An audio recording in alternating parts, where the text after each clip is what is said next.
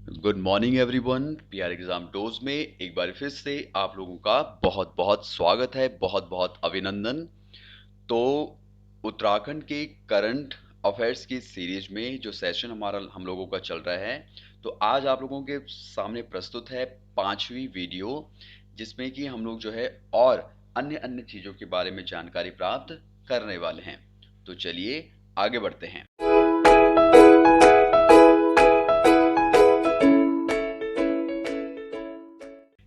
तो आज आपके पास में जो नेक्स्ट जो क्वेश्चन होगा, 13वां क्वेश्चन होगा, जिसमें कि पहला क्वेश्चन है, मोदी वाटिका का निर्माण किया गया। तो मोदी वाटिका का निर्माण, तो कुछ ध्यान रखिएगा, ये जो मोदी जो है ये हमारे प्रधानमंत्री मिस्टर नरेंद्र मोदी के नाम पर ही बनाया जाए। वाटिका का मतलब होता है गार्डन, गार्डन मतलब बगीचा होता है, ठीक है ना। तो चलिए आगे बढ़ें। तो देखिए, तो मोदी वाटिका का निर्माण किया गया, तो कहाँ किया गया? ए देहरादून, बी हरिद्वार, सी उत्तरकाशी, या डी नैनीताल। तो इसका जो निर्माण किया गया है ए देहरादून, और देहरादून में ये कंडोली गांव की बात करते हैं। कंडोली गांव ये कहां पर पड़ता है? तो आप लोगों में से कई सारे लोगों ने सुना होगा सहस्त्रधारा। सुना है कि नहीं सुना है सहस्त्रधारा? हाँ, डेफिनेटली। तो जितने बच्चों ने यहाँ पर सहस्त्रधारा नाम सुना है, तो सहस्त्रधारा रोड पर ही कंडोली गांव पड़ता है देहरादून में। ठीक है बच्चों, चलिए फिर आगे बढ़ते हैं नेक्स्ट क्वेश्चन की तरफ। देखिए, तो नेक्स्ट है करंट अफेयर्स हमारे पास में, पर्यावरण संरक्षण के क्षेत्र में इन्वायरमेंट इन्वायरमेंट प्रोटेक्शन की हम लोग बात कर रहे हैं। पर्यावरण संरक्षण मतलब इन्वायरमेंट प्रोटेक्शन के क्षेत्र में उल्लेखनीय योगदान के लिए जेपी इंटरनेशनल पुरस्कार किसे दिया गया? जेपी इंटरनेशनल पुरस्कार किसे दिया गया? अब ये जब ये इंटरनेशनल जो ये पर्यावरण के क्षेत्र में बात कर रहे हैं, तो आपको देखो एक चीज तो ध्यान रखनी होगी। क्या? ये ध्यान रखनी होगी, हमारे पास में एक नाम जो है, दो दो नाम जो है हमारे लिए हमें बहुत इंपॉर्टेंट होते हैं। देखिए, एक सी ऑप्शन में यहां पे आप लोग देखिएगा, डॉक्टर अनिल प्रकाश जोशी, और एक नाम आता है सुंदरलाल बहुगुणा। बात समझ में आ रही है? सुंदरलाल बहुगुणा और डॉक्टर अनिल प्रकाश जोशी, तो इनको भाई आप लोग जरूर ध्यान रखिएगा। दीप जोशी का नाम भी वैसे आ जाता है, परंतु चलो ठीक है, दो तीन नाम आप लोग याद रखना पर्यावरण के क्षेत्र में, और इन्हीं से ही मोस्टली तौर पर क्वेश्चन आपसे पूछ लिए जाते हैं। तो आज का जो हमारा क्वेश्चन है वो आपके डॉक्टर अनिल प्रसाद जोशी के ऊपर है। तो अनिल प्रसाद जोशी, ठीक है, तो ये है आपके जेपी इंटरनेशनल जो पुरस्कार जिनको प्राप्त हुआ है पर्यावरण के क्षेत्र में।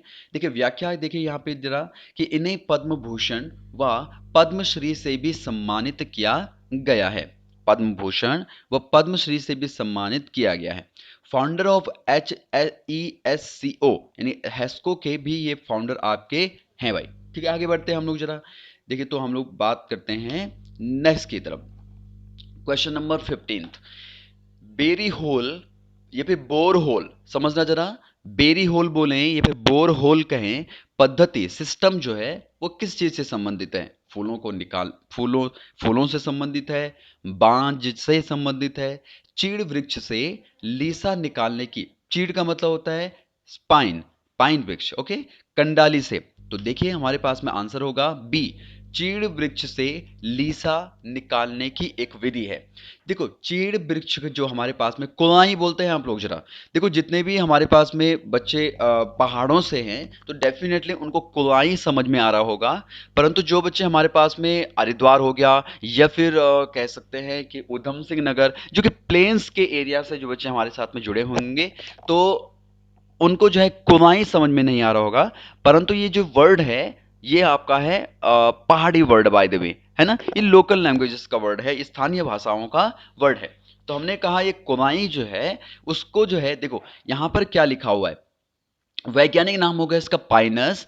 और बोरहोल, देखिए यहां पर जब बोरहोल, मैं अभी रिल पद्धति पर भी आऊंगा, आप फिलहाल ये समझिएगा बोरहोल क्या है। तो बोरहोल से लीसा प्राप्त करने के लिए चीड़ वृक्ष के तने का भूमि से, चीड़ वृक्ष के तने का भूमि से 20 सेंटीमीटर ऊपर हल्का सा छीलकर 3 से 4 इंच गहरा छेद किया जाता है। ठीक है, 3 से 4 इंच गहरा छेद किया जाता है, और इन्हें 45 डिग्री के कोण पर तिरछा बनाया जाता है। 45 डिग्री के कोण पर तिरछा बनाया जाता है। तो ये तो 45 डिग्री पर नहीं है, परंतु बस ये तो बस आपको दिखाने के लिए बताया गया है कि भाई इस प्रकार से होगा, बनाया जाता है। ठीक है, इसके बाद छिद्र पर, छिद्र मतलब होल पर रसायनों का छिड़काव करके एक नली की सहायता से लीसा एकत्रित किया जाता है। लीसा एकत्रित किया जाता है।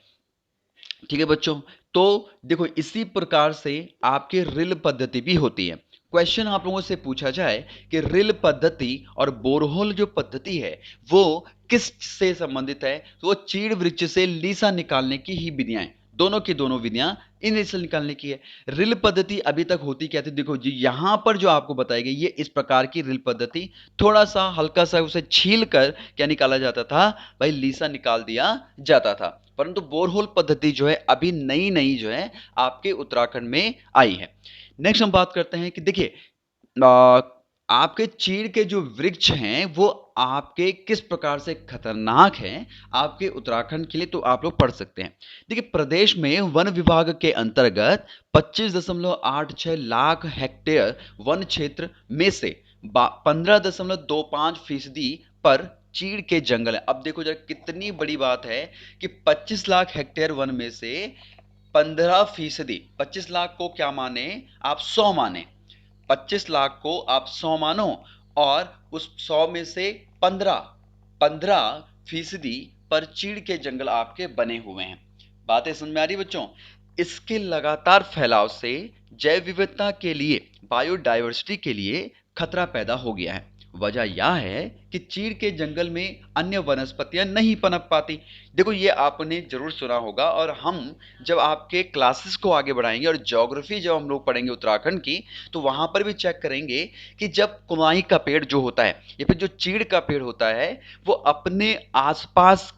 के अपने आसपास के क्षेत्र में एक भी वृक्ष को नहीं पनपने देता, एक भी पौधे को नहीं पनपने देता, क्योंकि सारा का सारा पानी जो है ये खुद ब खुद क्या कर लेता है, ये आपका सोख लेता है।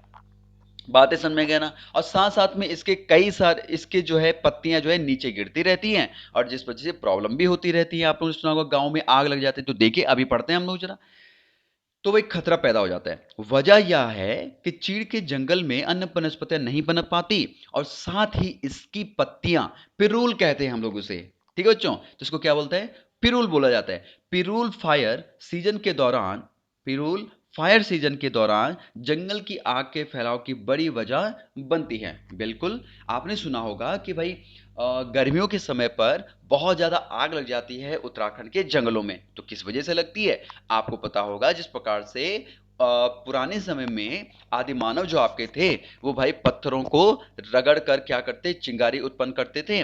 और उसी प्रकार से भाई आपने बेयर ग्रिल्स सुना होगा डिस्कवरी में जो आता है नेशनल ज्योग्राफी में, है ना, तो वो भी क्या करते हैं, एक लकड़ी पर दूसरी लकड़ी को भाई आपके रगड़ते हैं और तब जाके आग पैदा हो जाती है ना। उसी प्रकार से भाई यहाँ पे पिरूल जो होता है बहुत सूखा होता है।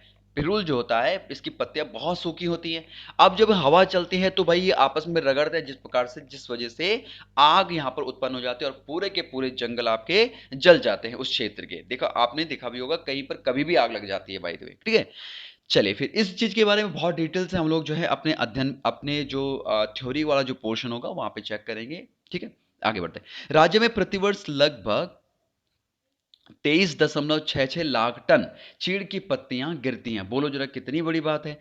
जमीन में इनकी परत जमा होने से बारिश का पानी यूं ही बेकार चला जाता है। यही नहीं, पिरूल के कारण भूमि अम्लीय, एसिडिक भी हो जाती है, जिस प्रकार, जिस वजह से और पौधे जो है यहां पर पनप नहीं पाते हैं बच्चों। चलिए आगे बढ़े। ओके देखिए नेक्स्ट क्वेश्चन देखते हैं। राष्ट्रीय स्तर पर अमृत मिशन प्रतियोगिता में उत्तराखंड ने कौन सा स्थान प्राप्त किया? 24वां, 25वां, 30वां व 45वां। तो देखो अमृत प्रतियोगिता में 24वां स्थान प्राप्त किया आपके उत्तराखंड ने। और देखिए ध्यान रखिएगा कि ये जो अमृत है ये अमृत है बाय द वे। ए देखो यहां पे देखें, ए हो गया, एम हो गया, आर हो गया, यू हो गया और टी हो गया। दिखाई दे रहा है आप लोगों को बच्चों? देखना, ये ए हो गया, फिर ये पूरा एम हो गया, फिर ये आर हो गया, फिर ये आपका यू हो गया और टी हो गया। तो अमृत, आप अमृत क्या बात कर रहे हैं? तो हमने कहा, थोड़ा देखना जरा, तो ये अमृत मिशन प्रतियोगिता है। नॉर्मली तौर पर इसे अमृत बोला जाता है, जबकि ये अमृत नहीं है, ये अमृत है। परंतु देखिए 24वां स्थान प्राप्त किया आपके उत्तराखंड ने। साथ साथ में देखना कि अमृत की जो फुल फॉर्म होती है वो क्या होती है। क्वेश्चन आप लोगों से ये भी तो पूछ लिया जा सकता है कि अमृत की फुल फॉर्म क्या होती है। तो बच्चों देखना, अमृत मतलब A for Atal mission for rejuvenation and urban transformation. Clear हो गया? तो ध्यान रखना कि आपके जो शहरों का ट्रांसफॉर्मेशन करना है, उसका परिवर्तन करना है, उसको एक बार फिर से नए तरीके से बनाना है, उसको चेंज करना है, तो उसको क्या बोला गया, इस मिशन के अंतर्गत रखा गया है।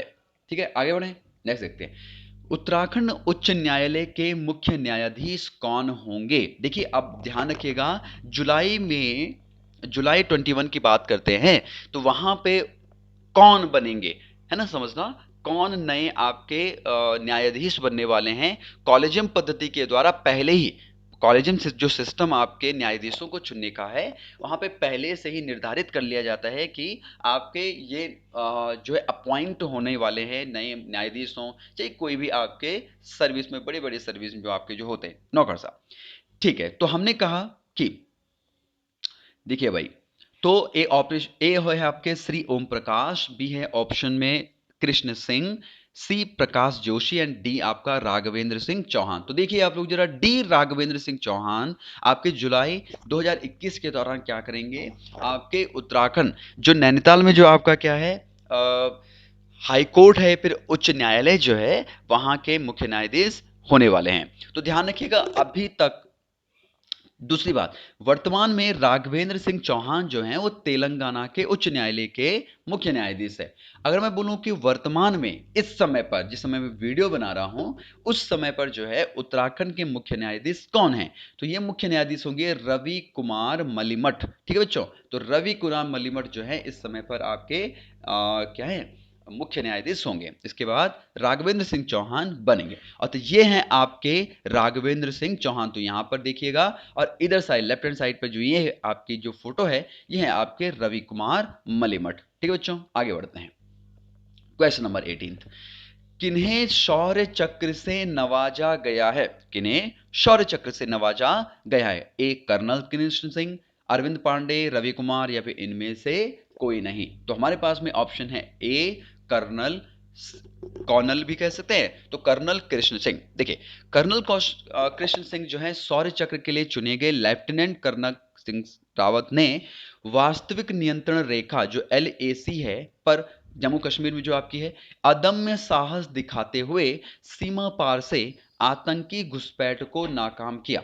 उनके नेतृत्व में विशेष बल की टीम ने खराब मौसम में 36 घंटे चली मुठभेड़ के बाद 4 आतंकवादियों को मार गिराया और एक को जख्मी हालत में गिरफ्तार किया। सो दैट्स वाई, इतना अदम्य साहस दिखाने के लिए भाई आपके कर्नल कृष्ण सिंह रावत को क्या दिया गया है, भाई आपका शौर्य चक्र से नवाजा गया है। तो ये है आपके कर्नल कृष्ण सिंह रावत। चलो बच्चों आगे बढ़े। तो देखिए, तो यहां तक हमारे आज का करंट अफेयर्स हो चुका है फिनिश। हम जल्द ही आपके पास में नेक्स्ट करंट अफेयर्स की वीडियो लेके आने वाले हैं, नेक्स्ट यानी कि कल।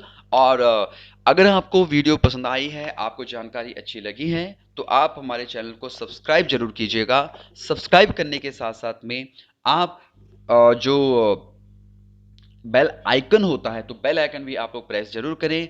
कोई भी एडवाइस अगर आप लोग देना चाहें, कोई भी अगर आप सजेशन देना चाहें, या फिर आप कोई कमेंट करना चाहें, कोई बात करना चाहें, तो आप हमारे कमेंट बॉक्स में जाकर कमेंट कर सकते हैं, बात कर सकते हैं। साथ साथ में हमारे यूसी एग्जाम डोज और ओनली करंट अफेयर्स जो फेसबुक में जो हमारे जो 2 पेजेस हैं, उसमें भी आप लोग जाके उसको फॉलो कर सकते हैं और भी कई सारी जानकारी प्राप्त कर सकते हैं। अगर आप हमारे टेलीग्राम चैनल से जुड़ना चाहते हैं तो PR एग्जाम डोज वहां पे आपका होगा, और नंबर जो होगा उसका 7351262386, इसका टेलीग्राम का नंबर होगा, जो कि स्पेशली यहाँ पर हम लोग जो है ग्रुप ध्यान रखिएगा। स्पेशल ग्रुप जो है आपके उत्तराखंड के लिए भी प्रोवाइड किया गया है, और आप हमारे इंस्टाग्राम हैंडल पर भी PR एग्जाम डोज पे जा सकते हैं और वहां पे उसको लाइक कर सकते हैं। थैंक यू सो मच हमारे साथ में बने रहने के लिए। जल्दी आपके पास में मिलेंगे। Bye bye.